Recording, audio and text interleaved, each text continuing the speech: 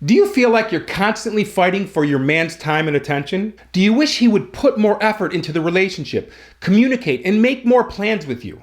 If so, then stay right here, because in this video, I'm going to tell you why you should never fight for a man's attention, and I'll tell you exactly what to do to regain his focus and keep him thinking about you always.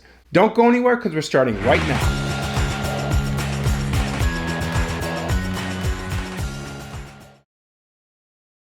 Hi everyone, I'm Dr. Antonio Borrello, and I'm a psychologist and a relationship coach. This channel is all about helping you build great relationships so you can grow happy with the people you love. So if you're interested in making your love life the best part of your life, start now by clicking the subscribe button and hit the bell notification so you aren't missing anything. If you're watching this video, then chances are you're in a relationship with a man who isn't prioritizing you or the relationship. Maybe you feel like you are always competing for his attention, or that he's just not as thoughtful. He's not texting or calling as much, or even worse, he's not making plans to spend time with you. When these things are happening, it's a scary position to be in. You feel disappointed and hurt or angry about how he has changed and worry that he might be slipping away. So you talk to him, you have a conversation about it, and perhaps things get better for a bit. But then he's right back to where he was before. And of course, it's natural to want to work on improving your relationship. You want to give it your all, but things just aren't changing, and it's all a one-sided effort. And if you're like most women, this morphs into a huge issue that you frequently argue and fight about. But despite all that you've tried, nothing changes. That's because you should never fight or beg for a man's time and attention.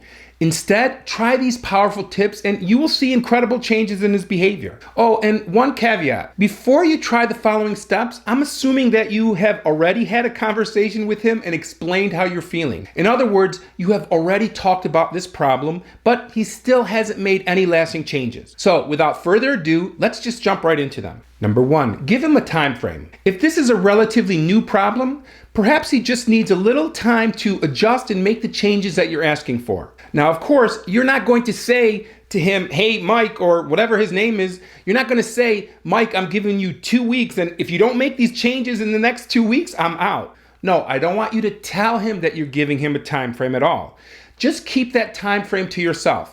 In most cases, I think a good time frame is somewhere in the range of 2 to 4 weeks. Now, waiting and giving him that time has some very important benefits. First, it gives you the opportunity to implement all of these steps.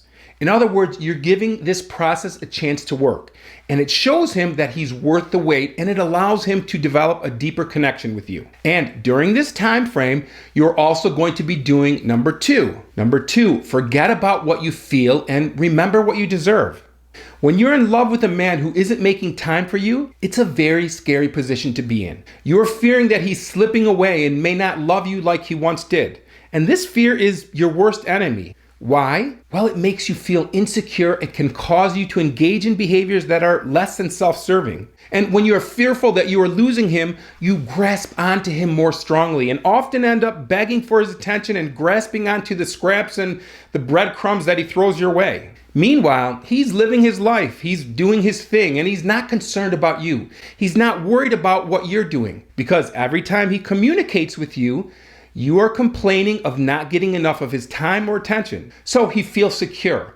And because of your insecure feeling, your value in his eyes goes down, and you're becoming an afterthought. So I want you to recognize the fear and disappointment and use it to motivate you to change your behaviors and really implement these steps perfectly. So think about what things used to be like, and then make yourself a promise that you will accept no less than what you deserve by adopting these changes into your life. And these tips are rooted in being the best version of yourself and loving yourself. They're all about respecting yourself and your life, and they're designed to help him recognize your value and to remember the person he fell in love with. And yes, they do work. Now, after you have made that conscious shift in your thinking, go on to the 3rd step. Number 3, stop seeking reassurance.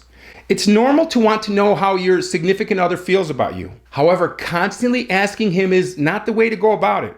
Saying things like, do you love me? How much do you love me? Are you sure? You can't look for his words to reassure you of your value. When you do, it becomes overbearing for him and it will likely lead to the demise of your relationship. But most of all, it shows him that you are insecure and that lowers your value in his eyes and becomes a huge disadvantage. It shows him that you are afraid of losing him and then you are no longer the prize. You are no longer the challenge. Again, you just lowered your value. Remember, looking to your partner to reassure you when you feel insecure only leads to more insecurities. These beliefs and attitudes need to come from inside. And unless you can overcome them within yourself, it won't matter how smart or sexy or worthy or attractive he says you are. No matter what, you must strive to feel okay within yourself. And that takes us back to the importance of self-love and being a high-value woman. Number 4, allow him to pursue you. That means that you have to stop pursuing him. That means that you have to stop texting him between dates. That means that you cannot be initiating communications with him. Instead, you must let him do it. Look, I know that this is difficult to do because you like him, you miss him, and you want to talk to him. It's hard not to reach out because you want to be connected and communicating. But if you want a man to really give you the time and attention you deserve, you must pull away and allow him to miss you. Allow him to pursue you, to chase you. He's a man and he needs to do that. So do not initiate calls or text to him. Notice, I didn't say ignore him or stop communicating. I'm saying stop being the one that is always looking for him and starting communication. Or at the very least, use the 80-20 rule. That means that he is going to be initiating communication, and that's texts and phone calls, and inviting you to spend time together 80% of the time. And you are allowed to initiate or ask him only 20% of the time. In other words, you're not the one who's going to be starting the day with a good morning call or text. Instead, let him do it.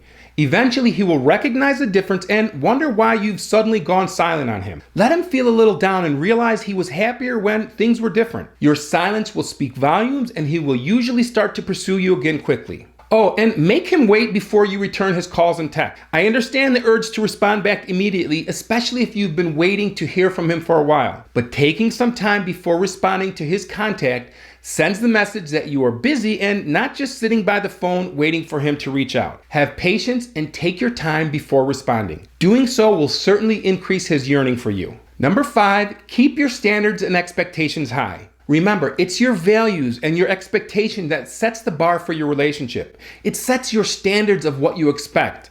And where you set your own bar determines how anyone else is going to treat you, because the way we love and value ourselves sets up the way in which we let other people love and value us or mistreat us. The problem that so many people have, when they are fearful that someone is slipping away, they're often willing to compromise their standards and accept anything just to keep the relationship going. And when you do that, you're setting low parameters for him. But when you refuse to entertain or tolerate behaviors or actions of his that you don't agree with or that don't meet your standards, then you are staying true to yourself and keeping your standards high. So if a man isn't meeting your standards, if a man isn't treating you right, if a man isn't meeting your needs, you must be willing to walk away. You cannot lie to yourself or bargain with yourself that although he isn't really what you're looking for, he will change or things will get better. Believe me, they won't.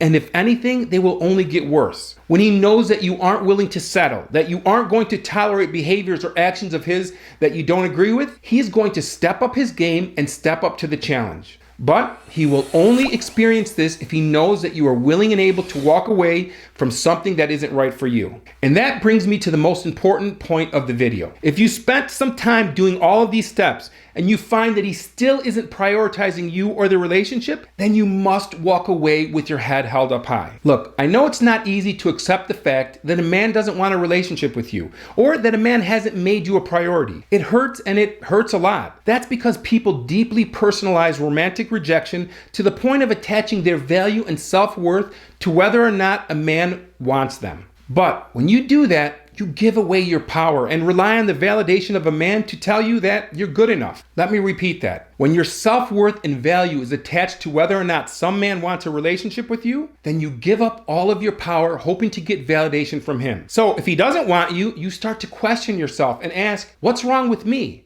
And that's the opposite of the way that you should be thinking about it.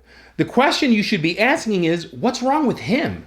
Think about it this way. This is a man who hasn't known you very long, and your value and worth has nothing to do with his perception of you. After all, his perception is simply based on his imagination and the limited interactions that he's had with you, both good and bad. So take your power back and trust the process. Regardless of how badly you want him, if he isn't making you or the relationship a priority, you must put your self-respect above your feelings and walk away. Remember, forget what you feel and remember what you deserve. When you shift into what you want instead of whether or not someone wants you, you are practicing self-love and you gain so much freedom and move forward with confidence. But again, it all starts with self-love. Check out this video to learn more about how self-love changes the way that you date, or click here to watch a video that YouTube thinks that you'll like. If you found this video helpful, please give it a thumbs up.